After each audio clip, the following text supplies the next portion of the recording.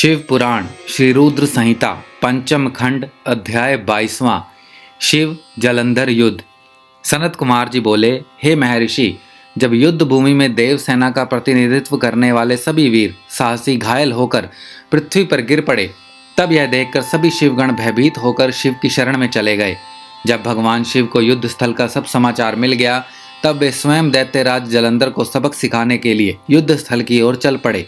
अपने आराध्य भगवान शिव को युद्ध का नेतृत्व करते देख सभी शिवगण जो पहले डरकर भाग गए थे पुनः लौट आए।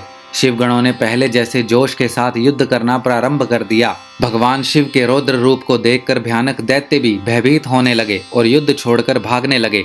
यह देखकर असुरों के स्वामी जलंधर को क्रोध आ गया। वह तीव्र गति से शिव जी की ओर दौड़ा। इस कार्य में शुंभ निशुंभ नामक सेनापतियों ने अपने स्वामी का साथ दिया।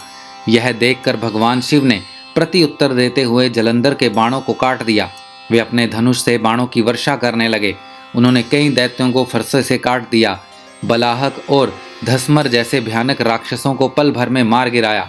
शिवजी का वाहन बैल भी अपने सींगों के प्रहारों से सबको घायल करने लगा।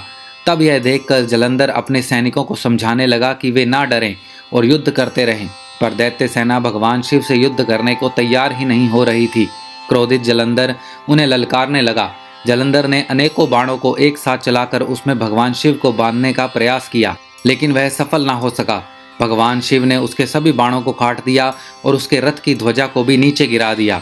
असुर राज जलंधर के सभी बाणों के कटने के पश्चात भगवान शिव ने एक बाण मारकर जलंधर को घायल कर दिया और उसके धनुष को काट दिया। यह देखकर जलंधर ने युद्ध करने के लिए गदा उठा ली। तब शिवजी ने अपने बाण से उसकी गदा के भी 2 टुकड़े कर दिए। यह सब देखकर दैत्यराज जलंधर यह जान गया कि त्रिलोकीनाथ भगवान शिव उससे अधिक बलवान हैं और उन्हें युद्ध में पराजित कर पाना उसके लिए मुश्किल है।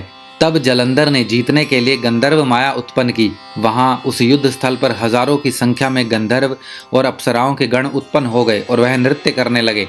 वहां मधुर संगीत बजने लगा। यह सब देखकर सभी देव सेना के सैनिक मोहित हो गए और युद्ध को भूलकर नृत्य और गाना बजाना देखने में मग्न हो गए। इधर देवादिदेव भगवान शिव भी गंधर्व माया से मोहित होकर नृत्य देखने लगे।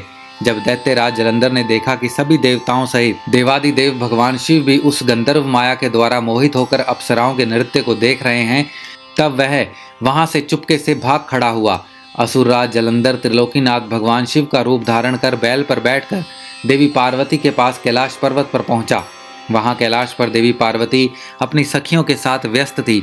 जब उन्होंने अपने पति भगवान शिव को आता देखा, तब उन्होंने अपनी सखियों को वहां से भेज दिया और स्वयं भगवान शिव के समीप आ गई। देवी पार्वती के अप्रतिम सौंदर्य को देखकर जलंधर का मन विचलित हो उठा और वह उन्हें अपलक निहारने लगा।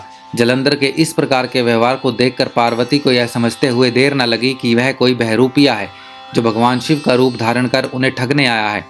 यह विचार मन में आते ही देवी पार्वती वहां से अंतर्ध्यान हो गई। तब वे एक अन्य स्थान पर पहुंची और उन्होंने भगवान श्री हरि विष्णु का स्मरण करके उन्हें वहां बुलाया। विष्णु जी ने वहां पहुंचकर देवी को नमस्कार किया और उनसे प्रश्न किया कि क्या आप जलंधर के इस कार्य को जानते हैं। देवी पार्वती के इस प्रश्न को सुनकर श्री विष्णु ने हाथ जोड़ लिए और बोले, हे माता, आपकी क्या आज्ञा है, मैं उस दुष्ट को किस प्रकार का दंड दूं। तब देवी ने कहा कि आप जो उचित समझें वह करें।